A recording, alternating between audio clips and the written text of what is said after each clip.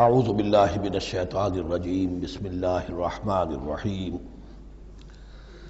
الذین ينفقون اموالهم باللیل والنہار سرا وعلانیۃ فلہم اجرہم عند ربہم ولا خوف علیہم ولا هم یحزنون الذین یأکلون الربا لا یقومون الا کما یقوم الذی یتخبطہ الشیطان من المس ذلك بأنهم قالوا إنما البيع مثل الربا وأحل الله البيع وحرم الربا فمن جاءه موعظة من ربه فانتهى فله ما سلف وأمره إلى الله ومن عاد فأولئك أصحاب النار هم فيها خالدون صدق الله العظيم رب اشرح لي صدري ويسر لي أمري واحلل عقدة من لساني يفقهوا قولي۔ ابھی سورہ مبارکہ کا وہ رکوع ہم پڑھ رہے ہیں کہ جو آج کے حالات میں اہم ترین ہے، اس لیے کہ اس دور میں اللہ کے خلاف بغاوت کی سب سے بڑی شکل تو ہے غیر اللہ کی حاکمیت کا تصور۔ سب سے بڑا شرک یہ ہے، نفسیاتی اعتبار سے سب سے بڑا شرک، مادے پر توکل، بتوں سے تجھ کو امید خدا سے نو امیدی، مجھے بتا تو صحیح اور کافری کیا ہے۔ لیکن یہ نفسیاتی اور داخلی بات ہے۔ خارجی اور واقعاتی دنیا میں سب سے بڑا شرک اس وقت وہ غیر اللہ کی حاکمیت، جو اب عوامی شکل اختیار کر گئی، عوامی حاکمیت۔ اور اس کے بعد اس وقت کے گناہوں میں، بدعملی میں سب سے بڑا فساد جو ہے وہ سود کی بنیاد پر ہے۔ سب سے بڑا فتنہ، سب سے بڑا فساد دنیا میں جو اس وقت سب سے بڑی شیطنت ہے، جو یہودیوں کے ذریعے سے پورے گلوب کو اپنی گرفت میں لینے کے لیے بےتاب ہے، وہ یہی ہے جو سود کا ہتھ کنڈا ہے، اس کی حرمت۔ یہاں ایک سوال میرے ذہن میں کبھی کبھی پیدا ہوتا تھا کہ یہ جو پہلی آیت ہے اس کا تعلق تو انفاق فی سبیل اللہ کے ساتھ ہے، اسے پچھلے رکوع کے ساتھ شامل ہونا چاہیے تھا، لیکن بعد میں یہ حقیقت مجھ پر منکشف ہوئی کہ بڑی حکمت کے ساتھ اس آیت کو اس رکوع کے ساتھ شامل کیا گیا ہے۔ وہ حکمت میں بعد میں بیان کروں گا۔ الذین ينفقون اموالهم باللیل والنہار، وہ لوگ کہ جو اپنا مال خرچ کرتے رہتے ہیں رات کو بھی دن میں بھی، سرا وعلانیۃ، خفیہ طور پر بھی اعلانیہ بھی، صدقات واجبہ اعلانیہ، صدقات نافلہ خفیہ، انفاق فی سبیل اللہ خفیہ۔ فَلَهُمْ أَجْرُهُمْ عِنْدَ رَبِّهِمْ وَلَا خَوْفٌ عَلَيْهِمْ وَلَا هُمْ يَحْزَنُونَ، ان کے لیے ان کا اجر محفوظ ہے ان کے رب کے پاس، نہ ان پر کوئی خوف طاری ہوگا اور نہ ہی وہ کسی حزن سے دوچار ہوں گے۔ الَّذِينَ يَأْكُلُونَ الرِّبَا، اب ربا کا مسئلہ شروع ہو رہا ہے، جو سود کھاتے ہیں۔ وجہ کیا ہے؟ اصل مسئلہ ہے اس سرپلس ویلیو کا۔ آپ کا کوئی شغل ہے، آپ کی ملازمت ہے، آپ کما رہے ہیں، آپ کا خرچ پورا ہو رہا ہے، کچھ بچت بھی ہو رہی ہے۔ اب اس بچت کا اصل مصرف کیا ہے؟ یسألونک ماذا ينفقون قل العفو، اصل راستہ تو یہ ہے کہ اس کو دے دو اللہ کی راہ میں، یا محتاجوں کو یا اللہ کے دین کو۔ لیکن اب جو سود خورانہ ذہنیت ہے وہ یہ کہ اس بچت کو بھی مزید کمائی کا ذریعہ بناؤ، یہ سود خورانہ ذہنیت ہے۔ لہذا اصل میں سود خوری انفاق کا کی ضد ہے، اور یہ عقدہ مجھ پر کھلا جبکہ القرآن یفسر بعضہ بعضا، اس اصول کے تحت جب سورہ روم کی آیات کا میں نے مطالعہ کیا، وہاں یہی شکل آپ کو نظر آئے گی کہ ان دونوں کو مقابلے میں لایا گیا ہے، اللہ کی رضا جوئی کے لیے انفاق اور ربا، سود پر رقم دینا۔ وما آتیتم من ربا لیربو فی اموال الناس فلا یربو عند اللہ، جو کچھ تم دیتے ہو سود پر کہ وہ بڑھے لوگوں کے مال میں، محنت وہ کر رہا ہے اور آپ اس کی کمائی میں سے آپ وصول کر رہے ہیں اپنے اس سرمایہ کی وجہ سے۔ تو یہ گویا کہ آپ کا مال اس کے مال میں اس کی محنت سے بڑھ رہا ہے۔ الذی ما آتیتم من ربا لیربو فی اموال الناس فلا یربو عند اللہ، اللہ کے ہاں بڑھوتری نہیں ہوتی۔ وما آتیتم من زکاۃ تریدون وجہ اللہ فَأُولَٰئِكَ هُمُ الْمُضْعِفُونَ، اور وہ جو تم زکوٰۃ اور صدقات میں دے دیتے ہو اللہ کی رضا جوئی کے لیے، تو وہ ہیں جو دوہرے چوہرے کر رہے ہیں، ان کا مال بڑھ رہا ہے، اس کی بڑھوتری ہو رہی ہے۔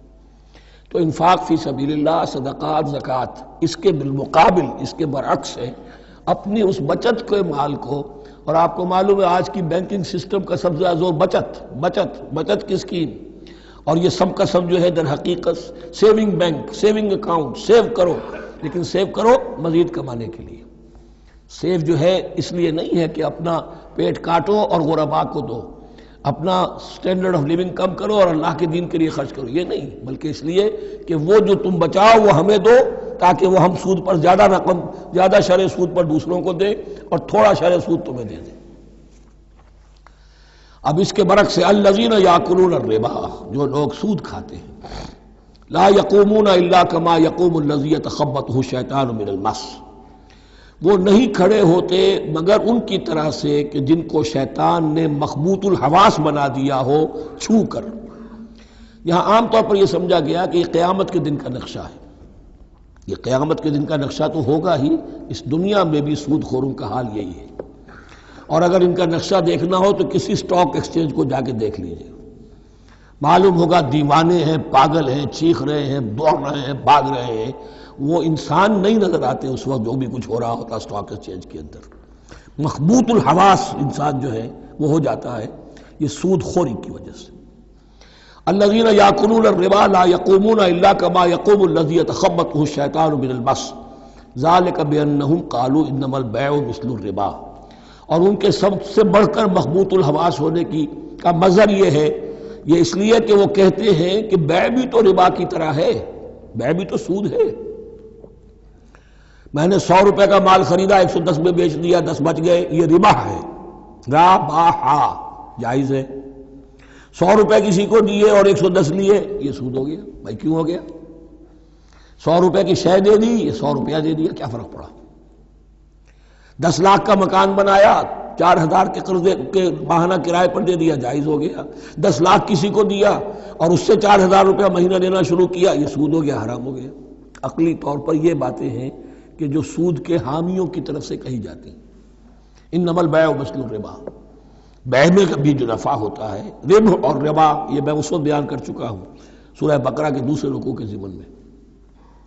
تو یہ جان لیجئے کہ اس ظاہری سی مناسبت کی وجہ سے ان کا مخبوط الحواس لوگ جو ہیں وہ اس دونوں کے اندر کوئی فرق محسوس نہیں کرتے۔ یہاں اللہ تعالیٰ نے ان کے قول کا عقلی جواب نہیں دیا، بلکہ جواب کیا دیا؟ احل اللہ البیع وحرم الربا، اللہ نے بیع کو حلال قرار دیا ہے اور ربا کو حرام قرار دیا ہے۔ اب تم بات یہ کرو، اللہ کو مانتے ہو یا نہیں؟ رسول کو مانتے ہو یا نہیں؟ قرآن کو مانتے ہو کہ نہیں؟ یا اپنی عقل کو مانتے ہو؟ اگر تم مسلمان ہو، اگر تم مومن ہو تو اللہ کا حکم جو وہ فرمائے، نہ صرف اللہ کا، جو رسول کا ہے، ما آتاکم الرسول فخذوہ وما نہاکم عنہ فانتہوا، جو کچھ رسول تمہیں دے لے لو، اور جس چیز سے روک دے رک جاؤ۔ یہ تو شریعت کا معاملہ ہے۔ ویسے اس میں جو فرق واقع ہوتا ہے وہ یہ ہے کہ ایک ہے فلوئڈ منی، فلوئڈ کیپٹل، ایک ہے فکسڈ کیپٹل۔ مکان 10 لاکھ کا ہے، لیکن مکان سے جو شخص رہ رہا فائدہ کیا اٹھائے گا؟ 1 مہینے رہے گا نا، بس اس کا بدل آپ نے لے لیا۔ 10 لاکھ روپے کسی کو نقد دے دیے، وہ کسی کام میں لگائے گا، 12 لاکھ بھی بن سکتے ہیں، 15 بھی لگ سکتے ہیں، 8 بھی رہ سکتے ہیں۔ اس میں آپ نے فکسڈ اگر لیا تو یہ حرام ہے۔ ان دونوں میں اگرچہ عام طور پہ کہا جائے گا یہ بھی کیپٹل ہے وہ بھی کیپٹل ہے، مکان بھی تو سرمایہ کی ایک شکل ہے، لیکن یہ فکسڈ کیپٹل ہے، اس کی شکل بدل نہیں رہی ہے۔ اس مکان میں تو ایک شخص رہ جائے گا، سکنا ہوگا، اس کی رہائش ہے، یا آپ کہیں گے اس کی ویئر اینڈ ٹیئر ہے تو اس کا آپ نے بدل لے لیا، بس ختم۔ لیکن وہ جائے گا، وہ مکان آپ کے لیے رہ جائے گا۔ لیکن یہ کہ 10 لاکھ جس کو دیا نقد، وہ کاروبار کرے گا، کچھ اور کہیں لگائے گا، اس کے اندر اضافہ بھی ہو سکتا ہے، کمی بھی ہو سکتی ہے، اس میں پھر فکسڈ پروفٹ لینا یہ ہے حرام، اور ان دونوں میں کوئی مناسبت نہیں۔ لیکن اللہ تعالیٰ نے یہ جواب نہیں دیا، جواب دیا احل اللہ البیع وحرم الربا فمن جاءہ موعظۃ من ربہ فانتہی فلہ ما سلف، تو جس شخص کے پاس اس کے رب کی طرف سے یہ نصیحت پہنچ گئی اور وہ باز آ گیا، رک گیا، فلہ ما سلف، تو جو کچھ پہلے وہ لے چکا ہے وہ اس کا ہے، وہ اسے واپس نہیں لیا جائے گا، حساب کتاب نہیں کیا جائے گا کہ تم اتنا سود کھا چکے ہو واپس کرو۔ لیکن اس کا یہ مطلب بھی نہیں کہ اس کا کوئی گناہ ان پر نہیں ہوگا، وَأَمْرُهُ إِلَى اللَّهِ، اللہ کے حوالے رہے گا، معلق رہے گا، اللہ چاہے گا تو معاف بھی کر دے گا اور اللہ چاہے گا تو پچھلے سود کے اوپر بھی اس کی سرزنش ہوگی۔ أَمْرُهُ إِلَى اللَّهِ وَمَنْ عَادَ، لیکن اس نصیحت کے آنے کے بعد بھی جس نے دوبارہ یہ حرکت کی فَأُولَٰئِكَ أَصْحَابُ النَّارِ هُمْ فِيهَا خَالِدُونَ، تو یہ جہنمی ہے اور اس میں ہمیشہ ہمیشہ رہے گی۔ يَمْحَقُ اللَّهُ الرِّبَا وَيُرْبِي الصَّدَقَاتِ، اللہ تعالیٰ ربا کو مٹاتا ہے، دباتا ہے۔ اور ہمارے زمانے میں شیخ محمود احمد مرحوم نے ایک کتاب لکھی ہے مین اینڈ منی، اس میں ثابت کیا ہے جہاں جو یہ سود کا معاملہ چلتا ہے تین چیزیں ساتھ ساتھ بڑھتی چلی جاتی ہیں، جتنا سود بڑھے گا ان امپلائمنٹ بڑھے گی، انفلیشن بڑھے گی، نتیجے میں انٹرسٹ ریٹ بڑھے گا، جیسے انٹرسٹ ریٹ بڑھے گا ان امپلائمنٹ مزید ہوگی، انفلیشن زیادہ ہوگی، اٹس اے ویشس سرکل، اور اسی کے نتیجے میں تباہی ہو جاتی ہے، چھپی رہتی ہے وہ تباہی۔ وہ تو ایک ہی وقت میں بینک کرپٹ ہوگا، کوئی بینک، بڑے بڑے بینک جو ہیں دیوالے نکلیں گے، ابھی جو کوریا کا حشر ہو رہا ہے اور جو اس سے پہلے روس کا ہو چکا ہے، یہ سارا جو ہے یہ یوں سمجھیے شیش محل کی طرح ہے، اس میں تو ایک پتھر پڑے گا تو ٹکڑے ہو جائیں گے۔ وَمَنْ عَادَ فَأُولَٰئِكَ أَصْحَابُ النَّارِ هُمْ فِيهَا خَالِدُونَ يَمْحَقُ اللَّهُ الرِّبَا وَيُرْبِي الصَّدَقَاتِ، اللہ تعالیٰ پالتا ہے، صدقات کو پالتا ہے، بڑھاتا ہے اللہ کے ہاں۔ وہ آیت میں سنا چکا ہوں آپ کو، سورہ روم کی 39ویں آیت ہے یہ، وَمَا آتَيْتُم مِّن رِّبًا لِّيَرْبُوَ فِي أَمْوَالِ النَّاسِ فَلَا يَرْبُو عِندَ اللَّهِ وَمَا آتَيْتُم مِّن زَكَاةٍ تُرِيدُونَ وَجْهَ اللَّهِ فَأُولَٰئِكَ هُمُ الْمُضْعِفُونَ واللہ لا یحب کل کفار اثیم، اور اللہ کو ہرگز پسند نہیں ہے وہ سب کہ جو ناشکرے ہیں اور گناہ گار ہیں۔ ان الذین آمنوا وعملوا الصالحات واقاموا الصلاة وآتوا الزکاة لهم اجرهم عند ربهم ولا خوف علیہم ولا هم یحزنون۔ ہاں جو لوگ ایمان لائیں اور نیک عمل کریں، نیک عمل میں ظاہر بات ہے جو شے حرام ہے اس کا چھوڑ دینا بھی لازم ہے، اور نماز قائم رکھیں، زکوٰۃ ادا کریں، ان کے لیے ان کا اجر محفوظ ہے ان کے رب کے پاس، ولا خوف علیہم ولا هم یحزنون۔ یا ایھا الذین آمنوا اتقوا اللہ وذروا ما بقی من الربا، اے ایمان والو اللہ کا تقوی اختیار کرو اور چھوڑ دو جو رہ گیا ہے سود میں سے۔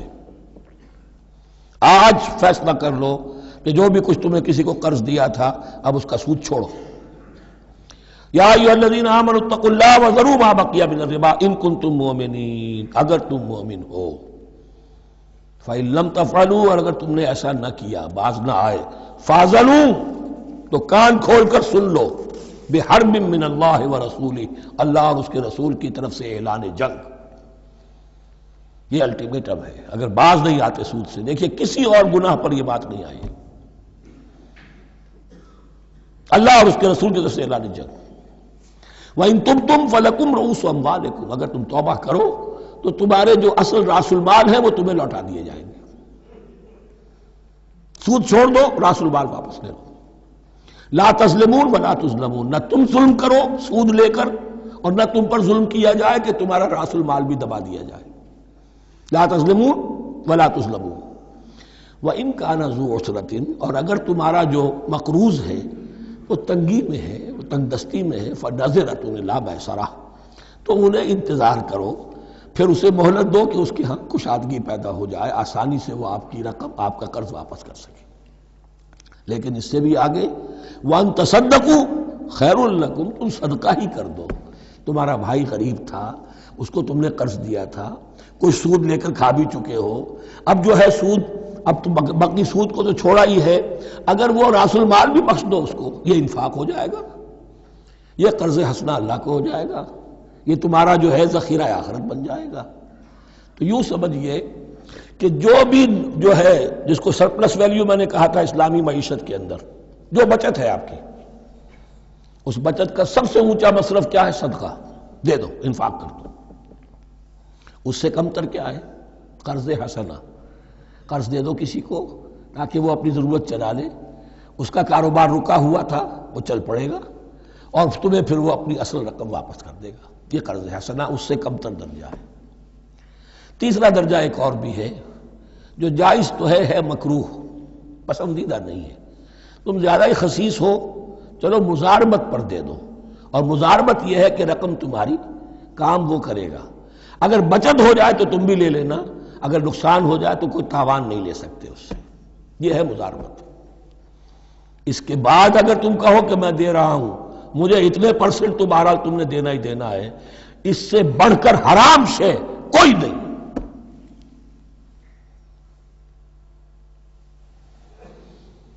وَإِنْ كَانَ ذُو عُسْرَةٍ فَنَظِرَةٌ إِلَىٰ مَيْسَرَةٍ، تو اگر وہ ہے مقروض تمہارا وہ تنگی میں ہے پھر انتظار کرو، اسے مہلت دو اس کی کشائش تک. وَأَن تَصَدَّقُوا خَيْرٌ لَكُمْ، اور اگر تم صدقہ ہی کر دو، خیرات کر دو، دے دو، بخش دو، وہ تمہارے لیے بہتر ہوگا. ان کنتم تعلمون، اگر تم جانتے ہو، اگر وہ حکمت تمہارے اندر آ گئی ہے، اگر تم اولو الالباب ہو، اگر تم سمجھدار ہو، تو جو کچھ تمہیں بچت اس سے ہوگی، جو اللہ کے ہاں اجر و ثواب ملے گا، وہ تمہیں یہ رقم واپس لے کر جو ہے اس سے کیا مل جائے گا. وَاتَّقُوا يَوْمًا تُرْجَعُونَ فِيهِ إِلَى اللَّهِ، یہ آیت آخری آیت ہے قرآن کی نزول کے اعتبار سے. آیت ڈرو اس دن سے. تو دیکھیے وہی آیت یاد کیجئے، وَاتَّقُوا يَوْمًا لَا تَجْزِي نَفْسٌ عَن نَفْسٍ شَيْئًا وَلَا يُقْبَلُ مِنْهَا شَفَاعَةٌ وَلَا يُؤْخَذُ مِنْهَا عَدْلٌ وَلَا هُمْ يُنصَرُونَ. وَاتَّقُوا يَوْمًا لَا تَجْزِي نَفْسٌ عَن نَفْسٍ شَيْئًا وَلَا يُقْبَلُ مِنْهَا عَدْلٌ وَلَا تَنفَعُهَا شَفَاعَةٌ وَلَا هُمْ يُنصَرُونَ. وَاتَّقُوا يَوْمًا تُرْجَعُونَ فِيهِ إِلَى اللَّهِ، ڈرو اس دن سے جس دن کے لوٹا دیے جاؤ گے تم اللہ کی طرف. ثم توفى كل نفس ما كسبت، پھر ہر جان کو پورا پورا دے دیا جائے گا جو کمائی اس نے کی ہوگی. وهم لا يظلمون، اور ان پر کوئی ظلم نہیں ہوگا.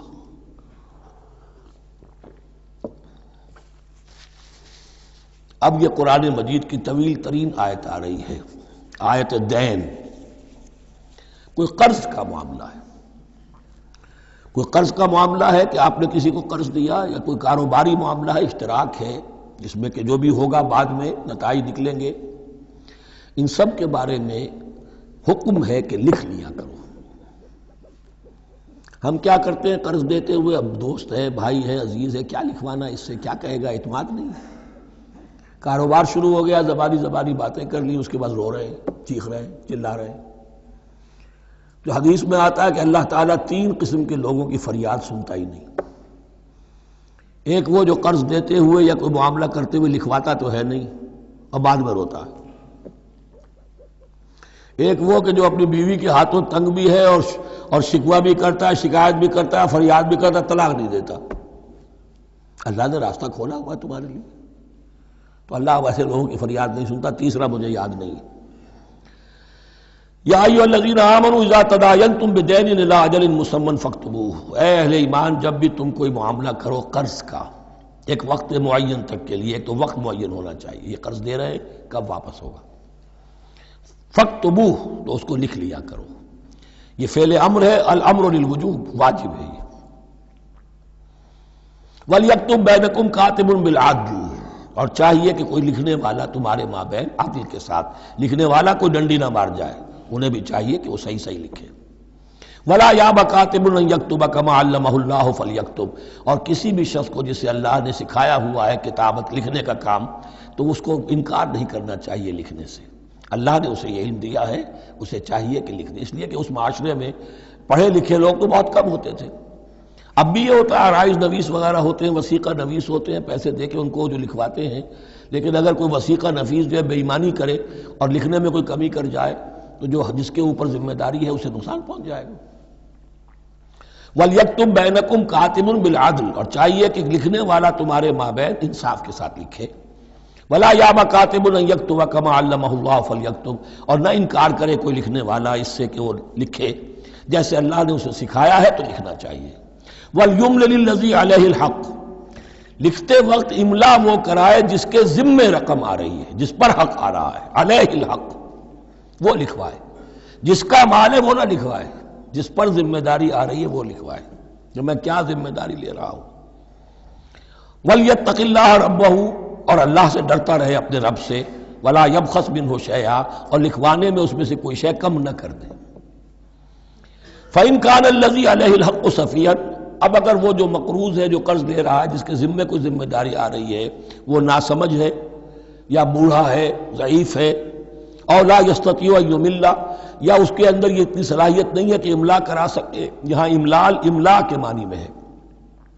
ہوا فلیملل ولیہ بالعدل، تو اگر وہ نہیں املا کرا سکتا تو اس کا کوئی ولی ہو، اس کا کوئی وکیل ہو، اس کا کوئی اٹارنی ہو، وہ اس کی طرف سے اس کو لکھوائے۔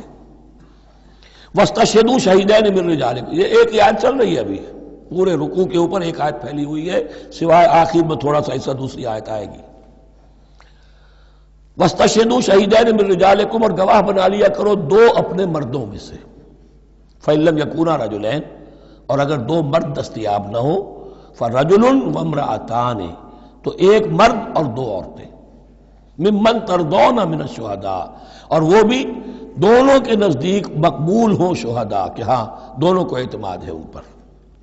اب یہ جو سوال آ گیا کہ ایک مرد کی جگہ دو عورتیں، دو مرد یا پھر ایک مرد کا ہونا تو لازم ہو گیا، محض عورت کی گواہی نہیں چلے گی، لیکن اس کا آیا مسئلہ ہر قسم کے معاملے کا ہے یا قرض اور مالی معاملات میں وثیقہ نویسی کا، یہ ایک علیحدہ مسئلہ ہے، یہ تو باتیں پھر فقہا کے ہاں تفصیل سے ملتی ہیں، لیکن یہ مسئلہ موجود ہے کہ دو مرد، اور اگر دو مرد دستیاب نہ ہوں تو ایک مرد اور دو عورتیں، تو سوال تو پیدا ہو گیا کہ کیا عورت کی گواہی عادی ہے؟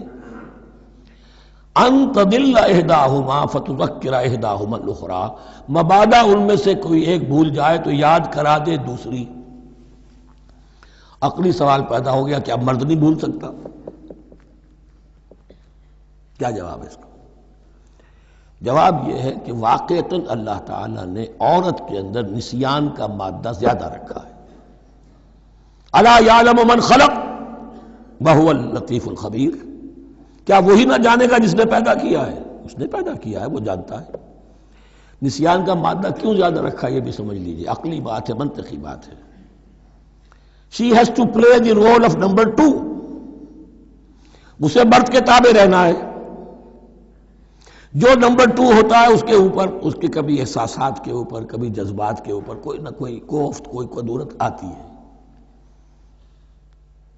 اور اس میں اللہ تعالیٰ نے ان کا سیفٹی والو رکھا ہوا، بھول جانا، اگر بھولنا نہ ہو، یاد ماضی عذاب ہے یا رب چھین لے مجھ سے حافظہ میرا، یہ نسیان جو ہے یہ بھی ایک بہت بڑی نعمت ہے، ورنہ تو کوئی صدمہ دل سے اتری نا، کوئی غصہ کبھی ختم ہوئی نا، تو بھولنے کا معاملہ یہ سیفٹی ویلو اللہ نے عورت میں زیادہ رکھا ہے، اس لیے کہ اسے مرد کے تابع ہو کر رہنا ہے، اور جب تابع ہو کر رہنا ہے تو اسے زیادہ اس کے احساسات پہ، جذبات پر زیادہ مواقع آئیں گے کہ اس کو کچھ زک پہنچے، اس کے لیے یہ سیفٹی ویلو کے نسیان ہے، یہ زیادہ رکھ دیا گیا ہے۔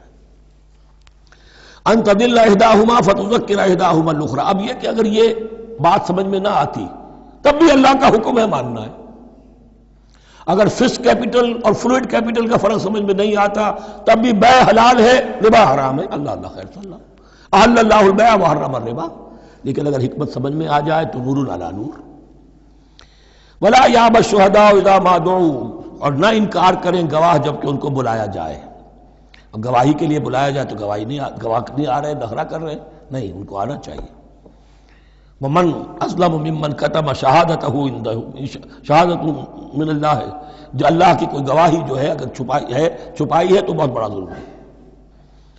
ولا تسأموا، اور اس سے تھکو مت، کسل مت کرو، سستی مت کرو، ان تکتبوہ، کہ تم لکھو اسے، صغیرا او کبیرا، چاہے چھوٹا معاملہ ہو چاہے بڑا ہو، الی اجلہ، وقت معین کے لیے، اتنا قرض دے رہا ہوں، اتنے وقت میں آپ نے مجھے لوٹانا ہے، اس کے بعد آپ بڑھا سکتے ہیں، آپ دیکھ سکتے ہیں، اسے مزید مہلت دے سکتے ہیں، ایسے ہی حالات ہیں تو آپ معاف بھی کر سکتے ہیں، لیکن یہ کہ جب لکھنا ہے، حکم دیا جا رہا ہے تو اس میں اجل معین ہو، الی اجلہ، اور اس میں چھوٹے بڑے کی تفریق نہ کرو، چاہے چھوٹا مسئلہ بڑا لکھ لو، ذالکم اقسط عند اللہ، یہ اللہ کے نزدیک بھی زیادہ مبنی بر انصاف ہے، واقوم للشہادہ، اور گواہی کے لیے زیادہ قوی ہوگا اور زیادہ درست ہوگا، لکھی ہوئی شے ہوگی تو اب معاملہ جو ہے بہت واضح رہے گا، ورنہ زبانی یادداشت کے اندر کہیں کہیں جو ہے تعبیر ہی میں فرق ہو جاتا۔ وعدنا اللہ ترتابو، اور یہ اس کے بہت قریب ہے کہ تم بھولو گے نہیں، الا ان تکون تجارتا حاضرتا تدیرونہا، الا یہ کہ کوئی لین دین ہو، تجارت ہو جو حاضر ہوتی ہے دست بدست، آپ نے سودا دیا، اس نے پیسے دے دیے، اب کیش میں وہ دے دیجئے یا آپ دینا چاہیں تو، ورنہ یہ شریعت میں لازم نہیں ہے۔ اگر ایسا دست بدست کا معاملہ ہے تو پھر یہ ہے کہ وہ تو ہو گیا ایکسچینج، وہ مال جو ہے دکاندار نے مال دیا، آپ نے پیسے دے دیے، اس کے لکھنے کی ضرورت نہیں ہے۔ الا ان تکون تجارۃ حاضرۃ تدیرونھا بینکم، تو اگر وہ تجارت ہو کہ نقد تمہاری چلتی ہے، آپس میں لین دین ہو رہا ہے، فلیس علیکم جناح الا تکتبوھا، تو کوئی حرج نہیں ہے تم پر کہ اسے نہ لکھو۔ واشہدوا اذا تبایعتم، اور گواہ بنا لیا کرو جب کوئی مستقبل کا سودا کرو۔ یہ بیع سلم جو ہوتی ہے یہ مستقبل کا سودا ہے، قرض کا سودا ہے۔ بیع سلم بھی ایک طرح کا قرض ہے۔ آج آپ طے کرتے ہیں کسی شخص سے، کسی کاشتکار سے، زمیندار سے کہ اگلا موسم جو آئے گا فصل کا، گیہوں کی فصل کا، تو اتنے روپے من کے حساب سے 500 من گندم میں آپ سے لوں گا۔ یہ بیع سلم کہلاتی ہے، اور اس میں لازم ہے کہ پوری قیمت ابھی ادا کر دیں، لیکن اس میں بھی کہ اس وقت آپ کو اتنی گندم دینی ہے، اس کو لکھوا لو اور اس پر 2 گواہ بنا لو۔ واشہدوا اذا تبایعتم ولا یضار کاتب ولا شہید، اور نہ نقصان پہنچایا جائے کسی لکھنے والے کو یا گواہ کو، اور نہ نقصان پہنچائے کوئی لکھنے والا یا گواہ۔ یہ یضار دونوں کے لیے آ جائے گا، یہ معروف بھی ہے اور مجرور بھی ہے۔ نہ ضرر پہنچایا جائے اور نہ ضرر پہنچائے، نہ کوئی کاتب اور نہ کوئی شہید گواہ۔ وَإِن تَفْعَلُوا، اگر تم ایسا کرو گے، نقصان پہنچاؤ گے، فَإِنَّهُ فُسُوقٌ بِكُمْ، تو یہ تمہارے لیے بہت بڑے گناہ کی بات ہوگی۔ وَاتَّقُوا اللَّهَ، اللہ سے ڈرو، وَيُعَلِّمُكُمُ اللَّهُ، اللہ تمہیں تعلیم دے رہا ہے، وَاللَّهُ بِكُلِّ شَيْءٍ عَلِيمٌ، اللہ ہر چیز کا علم رکھنے والا ہے۔ یہ ایک آیت ہوئی ہے، آخری پارے کی میرا خیال 4 5 6 صورتیں جمع کر لیں تو جا کر ہی ایک آیت کا حجم برابر ہوگا۔ جو میں نے کہا تھا کہ آیات کی تعیین توقیفی ہے، یہ ہمارے حساب کتاب سے، گرامر سے، منطق سے، علم بیان سے کسی سے کوئی تعلق نہیں اس کا۔ وَإِن كُنتُمْ عَلَىٰ سَفَرٍ، اور اگر تم سفر پر ہو، وَلَمْ تَجِدُوا كَاتِبًا، اب وہاں کوئی لین دین کا معاملہ ہو گیا، قرض کا ہو گیا، کاتب کوئی ہے نہیں، فَرِحَانٌ مَقْبُوضَةٌ، تو کوئی گروی شے رکھ لو قبضے میں، فلاں شے آپ کے قبضے میں رہے گی، آپ اتنے پیسے مجھے دے دیجئے، میں جب یہ واپس کر دوں گا اپنی چیزیں آپ میری چیز مجھے لوٹا دیجیے گا۔ یہ رہن ہے مقبوضہ، لیکن رہن سے کوئی فائدہ اٹھانے کی اجازت نہیں، وہ سود ہو جائے گا۔ اگر مکان رہن رکھا گیا ہے، قبضہ تو ہوگا اس کا، لیکن یہ کہ وہ اس کا کرایہ نہیں لے سکتا، کرایہ مالک کو جائے گا، اس سے کوئی استفادہ نہیں کر سکتا اس مال سے۔ رہان مقبوضہ۔ فَإِنْ أَمِنَ بَعْضُكُمْ بَعْضًا، پھر اگر کوئی شخص اب اطمینان کرتا ہے اور اعتبار کرتا ہے تم میں سے بعض کسی بعض کا، فَلْيُؤَدِّ الَّذِي اؤْتُمِنَ أَمَانَتَهُ، تو اب چاہیے اس شخص کو کہ جس کے اوپر یہ امانت آئی ہے، اگرچہ اس کے پاس رہن دینے کو کچھ نہیں تھا، یا یہ کہ دوسرے بھائی نے اس پر اعتماد کیا اور اس کی وجہ سے کوئی شے رہن نہیں لی، تو اب اس سے کوئی غلط فائدہ نہ اٹھائے، وہ گویا کہ اس کے پاس جو اس نے قرض لیا امانت ہے، اس کے پاس وہ امین بنایا گیا ہے۔ فَلْيُؤَدِّ الَّذِي اؤْتُمِنَ أَمَانَتَهُ، کہ اپنی امانت واپس لوٹائے، وَلْيَتَّقِ اللَّهَ رَبَّهُ، اور ڈرے اللہ سے جو اس کا رب ہے۔ وَلَا تَكْتُمُوا الشَّهَادَةَ، اور دیکھو گواہی کو چھپایا نہ کرو، وَمَن يَكْتُمْهَا فَإِنَّهُ آثِمٌ قَلْبُهُ، اور جو کوئی گواہی کو چھپائے گا تو اس کا دل گناہ میں مبتلا ہو جائے گا، دل داغدار ہو گیا تو رہ کیا گیا۔ وَاللَّهُ بِمَا تَعْمَلُونَ عَلِيمٌ، اور جو کچھ تم کر رہے ہو اللہ اسے جانتا ہے۔ اللہ کے فضل و کرم سے آخری رکوع پر ہم پہنچ گئے، اور یہ بڑا ایک یوں سمجھئے 3 آیتوں پر مشتمل رکوع ہے، جیسے کہ وہ رکوع جو ہم نے پڑھا تھا جس میں آیت الکرسی ہے 4 آیتیں ہیں وہ، اور یوں کہا جا سکتا ہے کہ یہ 2 رکوع ایک دوسرے کے بالکل بالمقابل ہیں اپنی عظمت میں اور مقام میں۔ آیت الکرسی کی جگہ یہاں ایک دعا کی آیت ہے، جامع ترین دعا جو آئے گی آخری آیت میں، للہ ما فی السماوات و ما فی الارض۔ اکثر و بیشتر آپ دیکھیں گے سورتوں کے اختتام پر یہ الفاظ پھر آتے ہیں، اللہ ہی کا ہے جو کچھ بھی ہے آسمانوں اور زمین میں۔ وَإِن تُبْدُوا مَا فِي أَنفُسِكُمْ أَوْ تُخْفُوهُ، اور جو کچھ تمہارے دلوں میں ہے خواہ تم اسے ظاہر کرو خواہ چھپاؤ، يُحَاسِبْكُم بِهِ اللَّهُ، اللہ تم سے محاسبہ کر لے گا، تمہاری نیتیں اس کے علم میں ہیں۔ ان اللہ لا ينظر الى صوركم ولا الى اموالكم ولكن ينظر الى قلوبكم واعمالكم، اللہ تمہاری صورتوں کو نہیں دیکھتا، تمہارے مال و دولت کو نہیں دیکھتا، تمہارے دل کو دیکھتا ہے، تمہارے اعمال کو دیکھتا ہے۔ تو دل میں جو کچھ ہے خواہ کتنا ہی چھپا لو، اللہ کے محاسبے سے نہیں بچو گے۔ فَيَغْفِرُ لِمَن يَشَاءُ وَيُعَذِّبُ مَن يَشَاءُ، پھر وہ بخش دے گا جس کو چاہے گا اور عذاب دے گا جس کو چاہے گا۔ اختیار مطلق اللہ کے ہاتھ میں ہے۔ ہمارے ہاں اہل سنت کا عقیدہ یہی ہے، اللہ پر لازم نہیں ہے کہ وہ نیکوکار کو اس کا جزا ضرور دے اور بدکار کو اس کی سزا ضرور دے۔ اللہ کرے گا ایسا، یہ دوسری بات ہے، لیکن اللہ کی شان اس سے بہت اعلیٰ اور عرفہ ہے کہ اس پر کسی شے کو لازم قرار دیا جائے۔ اس کا اختیار مطلق ہے، مطلق ہے۔ یفعل اللہ ما یرید، یفعل اللہ ما یشاء۔ اہل تشیع کا کہنا یہ ہے کہ اللہ پر عدل واجب ہے۔ اہل سنت کہتے ہیں اللہ عدل کرے گا، جزا و سزا میں عدل ہوگا، یہ ہم مانتے ہیں، واقعہ ہے، لیکن ہم یہ نہیں کہتے کہ اللہ پر عدل واجب ہے۔ اللہ پر کوئی شے واجب نہیں، بلکہ اللہ نے تو کتب علی نفسہ الرحمہ، اپنے اوپر واجب کیا ہے رحمت کو۔ وجوب کا لفظ جو آتا ہے اللہ پر تو وہ تو رحمت کا ہے، کتب علی نفسہ الرحمہ، اللہ نے اپنی ذات کے اوپر واجب کر لیا رحمت کو۔ واللہ علی کل شیء قدیر، اور اللہ ہر چیز کی قدرت رکھتا ہے۔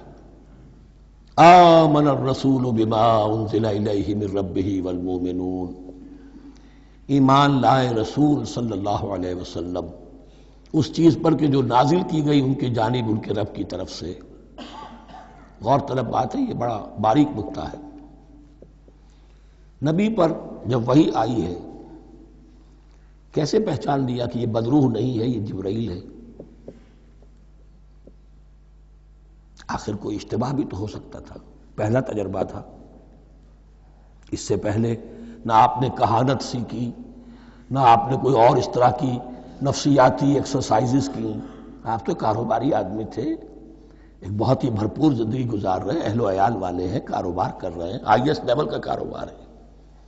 تو فطرت جو ہے وہ پہچانتی ہے، نبی کی فطرت وہ اتنی پاک اور صاف ہوتی ہے کہ اس کے اوپر کوئی بدروح کا کوئی اثر ہو ہی نہیں سکتا۔ اگرچہ اس میں ایک اور واقعہ میں نے ایک جگہ پڑھا تھا، وہ میں پھر کسی وقت موقع آیا تو سناؤں گا آپ کو، اس وقت نہیں ہے۔ بہرحال ہمارے لیے بڑی تسکین کی بات ہے کہ اللہ تعالیٰ نے رسول کے ایمان کے تذکرے کے ساتھ ہمارے ایمان کا تذکرہ کیا۔ آمن الرسول بما انزل الیہ من ربہ والمؤمنون، ایمان لائے رسول صلی اللہ علیہ وسلم اس چیز پر جو نازل کی گئی ان کی جانب ان کے رب کی طرف سے، اور ایمان لائے صاحب ایمان۔ اللہم ربنا اجعلنا منہم، اللہم ربنا اجعلنا منہم۔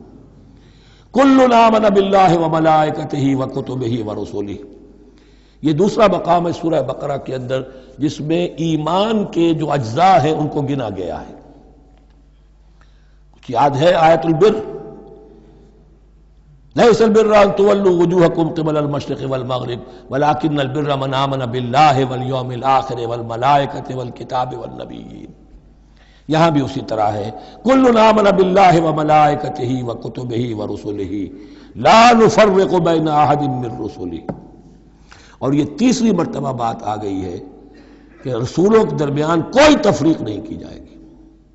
کہاں؟ پہلے تو آیا تھا 16ویں رکوع میں، لا نفرق بین احد منہم ونحن له مسلمون، اور اس سے بھی پہلے آیا تھا والذین یؤمنون بما انزل الیک وما انزل من قبلک، وہ لوگ جو ایمان رکھتے ہیں اس پر بھی جو ہے نبی آپ پر نازل کیا گیا اور اس پر بھی جو آپ سے پہلے نازل کیا گیا۔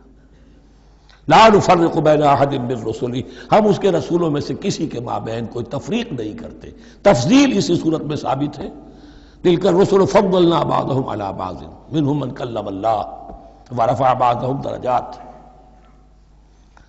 وقالوا سمعنا واطعنا، وہی بات کہ جو کہی گئی تھی جب ان سے کہا گیا تھا واسمعوا، کیا کہا تھا انہوں نے؟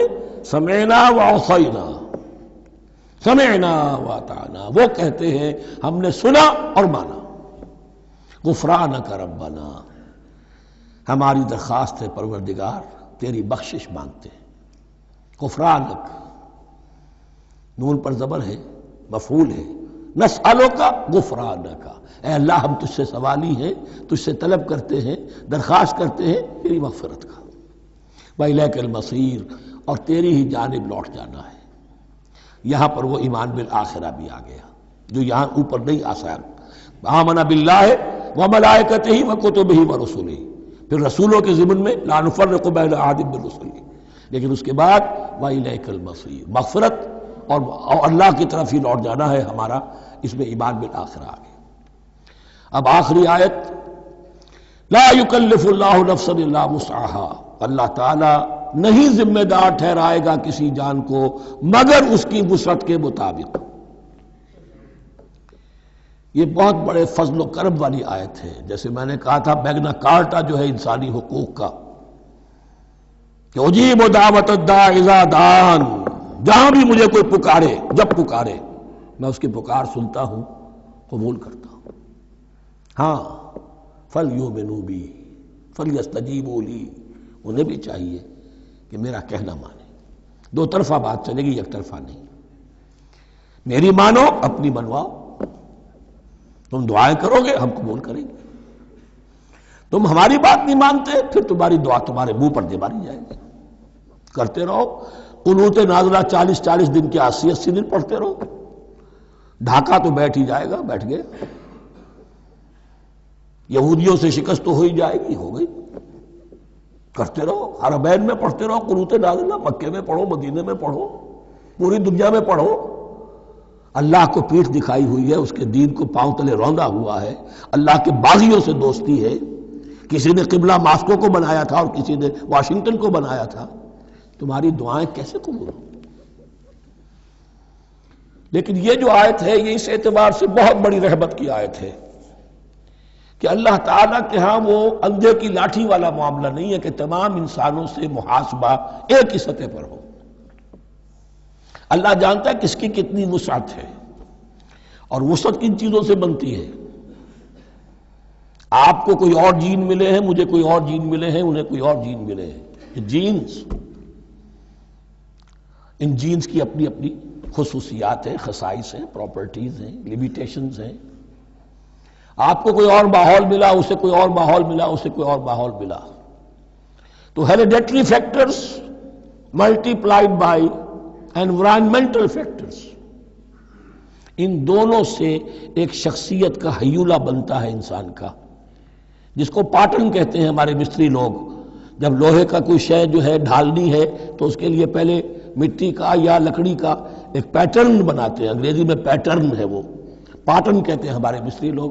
اب آپ لوہا جو ہے اس کو جب اسے کر لیں گے، مائع بنا لیں گے، گلا لیں گے، پھر اس میں ڈالیں گے، وہی شکل ہو جائے گی۔ یہ شاکلہ ہے ہر انسان کا جو بن جاتا ہے۔ قُلْ كُلٌّ يَعْمَلُ عَلَى شَاكِلَتِهِ فَرَبُّكُمْ أَعْلَمُ بِمَنْ هُوَ أَهْدَىٰ سَبِيلًا۔ اس شاکلہ کے اندر اندر آپ کو محنت کرنی ہے۔ اللہ جانتا ہے کس کا شاکلہ وسیع تھا، کس کا شاکلہ تنگ تھا، کس کے جینز اعلیٰ تھے، کس کے جینز ادنا تھے، کس کے ہاں ذہانت زیادہ تھی، کس کے ہاں جسمانی قوت زیادہ تھی۔ جو بھی کچھ اس نے دیا ہے، جس کو وہاں ہم نے رکھا اس کو وہاں رکھا، اس نے وہاں تعلیم پائی، اس نے یہاں تعلیم پائی، جو بھی انوائرمنٹل فیکٹرز آئے ہیں، جو بھی جینیٹک فیکٹرز آئے ہیں، سب اللہ کے علم میں ہے۔ ان سب کو ملحوظ رکھ کے اللہ حساب لے گا۔ جو شاکلہ ہم نے تمہیں دیا تھا اس میں تم نے کیا کیا؟ ایک شخص کے اندر فرض کیجئے استعداد ہی ہے 20 درجے کی استعداد ہے، اس نے فرض کیجئے 18 درجے کام کر دیا، کامیاب ہو گیا۔ کسی میں استعداد 100 درجے کی تھی، اس نے 50 درجے کیا، ناکام ہو گیا۔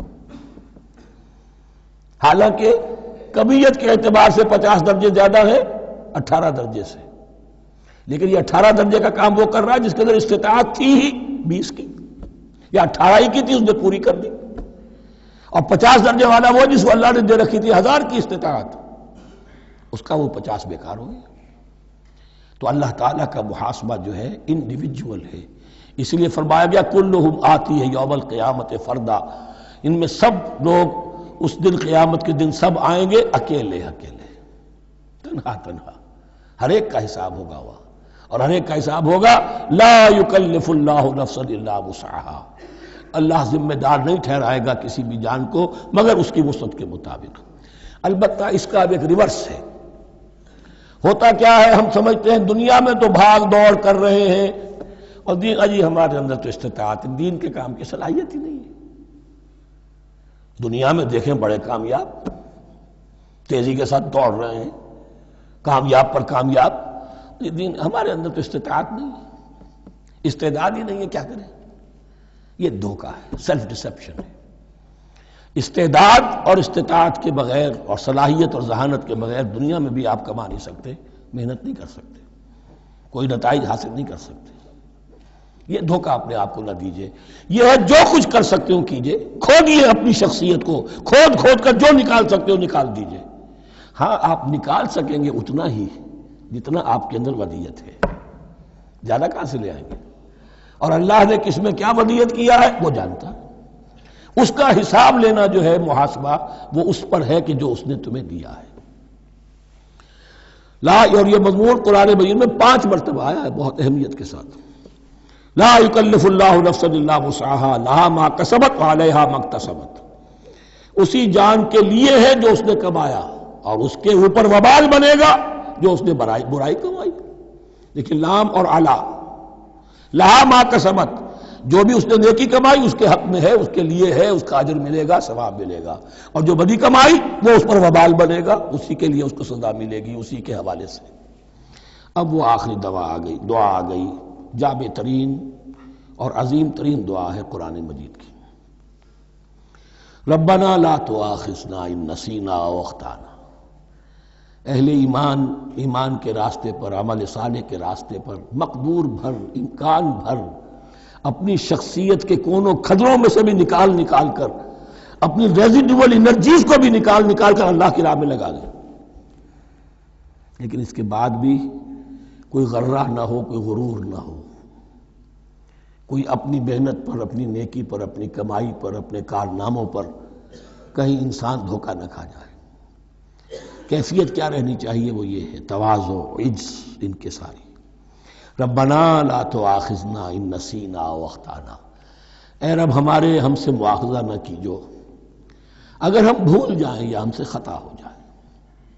نسیان بھی ہے، الانسان مرکب من الخطاء والنسیان، انسان کے اندر یہ دونوں چیزیں، خطا اور نسیان، یہ تو بندھی ہوئی ہیں۔ خطا یہ ہے کہ آپ نے اپنی امکانی حد تک تو نشانہ ٹھیک لگایا تھا، نشانہ خطا ہو گیا، ٹھیک ہے، کوئی بات نہیں، آپ کی نیت صحیح تھی۔ ایک اجتہاد کرنے والا اجتہاد کر رہا ہے، امکانی حد تک اس نے کوشش کی ہے کہ صحیح رائے تک پہنچے، لیکن خطا ہو گئی، اللہ معاف کرے گا۔ اس نے اپنی امکانی کوشش کی تھی، لہذا اسے ثواب ملے گا۔ مجتہد مخطی بھی ہو تو ثواب ملے گا، مجتہد مصیب ہے، صحیح رائے پر پہنچ گیا ہے تو دوہرا ثواب ملے گا، لیکن مجتہد مخطی ہے تب بھی ثواب ملے گا۔ تو بھول چوک پر، یہ بھول چوک، خطا جو ہے چوک صحیح ہے بالکل لفظ اس کے لیے، چوک جانا، نشانہ چوک گیا۔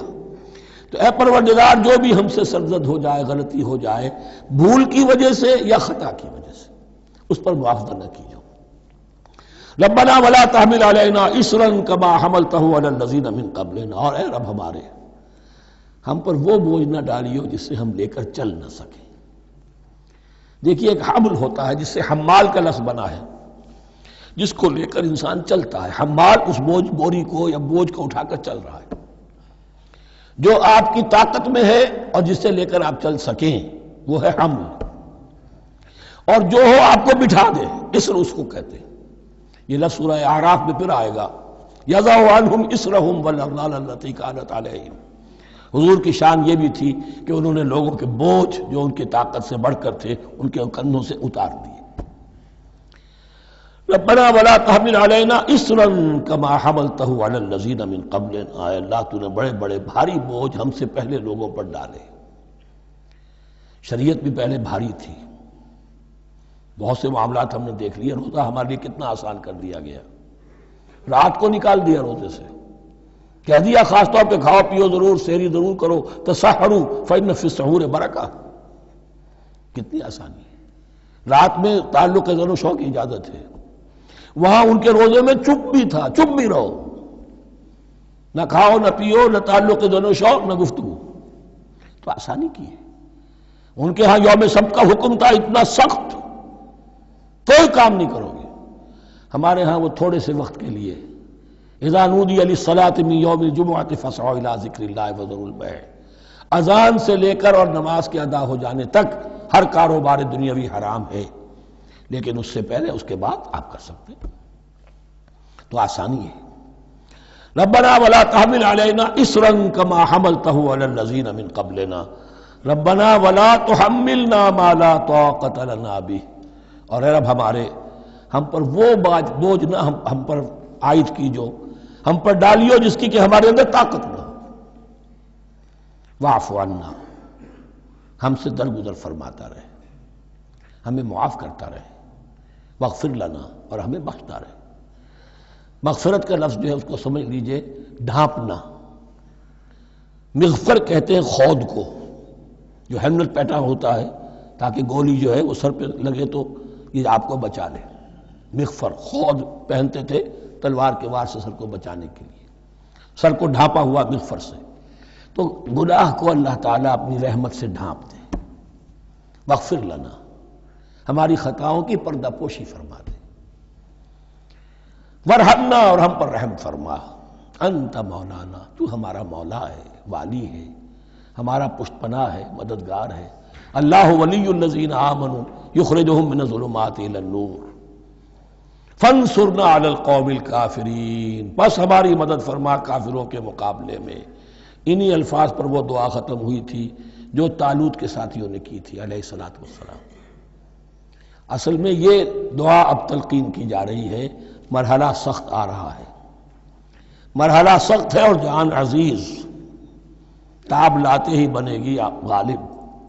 اب وہ مرحلہ آ رہا ہے، اس کے لیے تیار ہو جاؤ. یہ سارا حصہ جو ہے در حقیقت یہ تمہید ہے غزوہ بدر کی. بارک اللہ لی ولکم فی القرآن العظیم ونفعنی وإیاکم بالآیات والذکر الحکیم.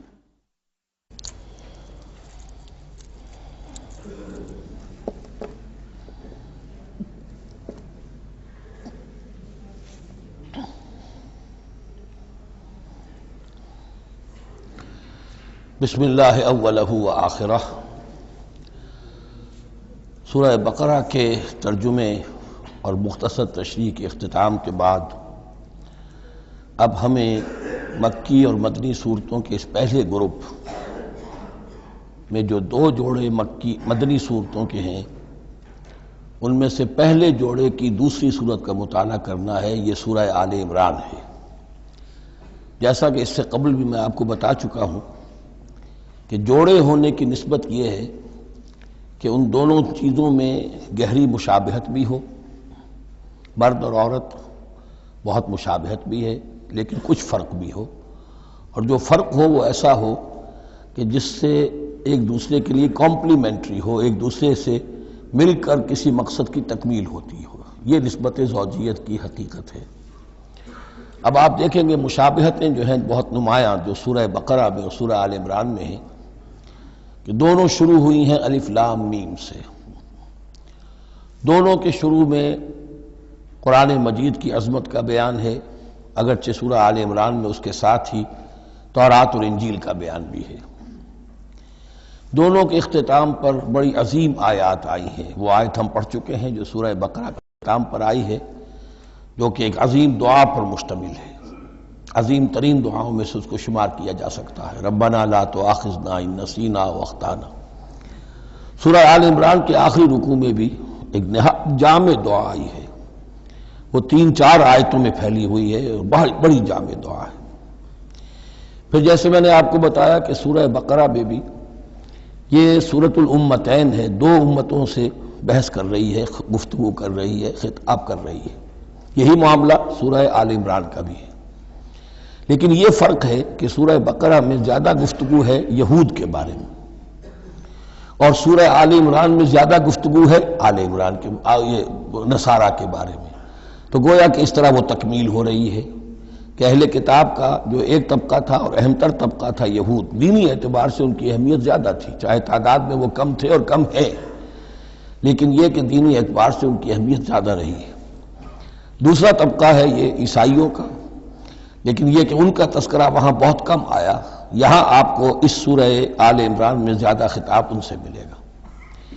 پھر جیسے سورہ بقرہ کا پہلا نصف جو ہے وہ 18 رکوعوں پر اور 152 آیات پر مشتمل تھا، اور نصف ثانی جو ہے وہ 22 رکوعوں پر لیکن 134 آیات پر مشتمل تھا، تو تقریباً مساوی دو حصے تھے۔ وہی کیفیت آپ کو یہاں ملے گی، بلکہ یہاں وہ بتمام و کمال ہے، دونوں حصے بہت مساوی ہیں۔ کل 20 رکوع ہیں، 10 رکوع ایک نصف اول میں ہے، 10 رکوع نصف ثانی میں ہے۔ صرف ایک آیت کا فرق ہے کہ پہلے 10 رکوعوں میں 101 آیات ہیں اور دوسرے 10 رکوعوں میں 99 آیات ہیں۔ پھر جیسے وہاں 3 حصے ہیں نصف اول کے، ویسے ہی یہاں بھی 3 حصے ہیں نصف اول کے، لیکن یہاں رکوعوں کی تقسیم نہیں ہے بلکہ آیات کی ہے۔ پہلی 32 آیات میں تمہیدی کلام ہے، جیسے کہ 4 رکوع سورہ بقرہ کے، اگرچہ وہاں روح سخن ابتدا ہی سے یہود کی طرف ہو گیا تھا، یہاں روح سخن ابتدا ہی سے نصارہ کی طرف ہے، لیکن یہ کہ یہاں کی 32 آیات اسی طرح تمہیدی کلام پر مشتمل ہیں جیسی کہ سورہ بقرہ کے 4 رکوع۔ پھر یہاں 31 آیات براہ راست خطاب ہے نصارہ سے، خاص طور پر حضرت عیسیٰ علیہ السلام کی ولادت کن حالات میں ہوئی، کیا ان کا مقام اور مرتبہ تھا، کیا ان کی اصل حیثیت تھی، پھر یہ کہ ان کے ساتھ کیا معاملہ ہوا۔ یہ حصہ نازل بھی ہوا ہے سن 9 ہجری میں، جو شامل یہاں کر دیا گیا ہے، حالانکہ اس سورہ مبارکہ کا اکثر و بیشتر حصہ جو ہے وہ سن 3 ہجری میں غزوہ احد کے بعد نازل ہوا ہے، لیکن یہ کہ یہ حصہ جو ہے 31 آیات پر مشتمل نازل ہوا سن 9 ہجری میں۔ نجران ایک بستی تھی عرب کے جنوب میں یمن کی طرف، اور وہاں عیسائی آباد تھے، تو وہاں کے عیسائیوں کے سردار اور ان کے جو بڑے لاٹ پادری تھے وہ کچھ 70 عیسائیوں کا ایک وفد لے کر آئے حضور کی خدمت میں مدینہ منورہ میں، بات سمجھنے سمجھانے کے لیے کہ آپ کس بات کی دعوت دے رہے ہیں، اور کئی دن مقیم رہے اور بات پوری سمجھ بھی لی، خاموش بھی ہو گئے، پھر بھی بات نہیں مانی تو حضور نے مباہلے کی دعوت دی، اس چیلنج کو قبول کیے بغیر وہاں سے چلے گئے۔ لیکن یہ کہ بہرحال انہوں نے جو ترتیب جس شدت کے ساتھ ہونی چاہیے تھی ان کی طرف سے وہ بھی نہیں کی، یہ شرافت کا انہوں نے مظاہرہ کیا۔ بہرحال یہ 9 رکوع، یہ جو 31 آیات ہیں سن 9 میں نازل ہوئی۔ یہی نوٹ کر لیجئے کہ سورہ بقرہ کی بھی ایک بات میں بتانے سے میں بھول گیا اس وقت، کہ یہ جو سود سے متعلق احکام ہیں، جو رکوع ہے، جو 38واں رکوع ہے سورہ بقرہ، یہ بھی تقریباً سن 9 میں نازل ہوا ہے۔ گویا کہ وہ مشابہت بھی موجود ہے کہ اگرچہ سورہ بقرہ کا اکثر و بیشتر حصہ غزوہ بدر سے قبل نازل ہوا، لیکن اس میں بھی کچھ آیات وہ ہیں جو سن 9 ہجری میں نازل ہوئی ہیں، اور سود کے بارے میں آخری حکم ہے۔ اسی طریقے سے یہاں جو یہ نجران کے عیسائیوں سے خطاب کے لیے جو آیات نازل فرمائی گئیں، یہ سن 9 میں نازل کی گئیں، لیکن شامل ہے سورہ آل عمران میں، کہ جس کا اکثر و بیشتر حصہ سن 3 ہجری میں غزوہ احد کے بعد نازل ہوا ہے۔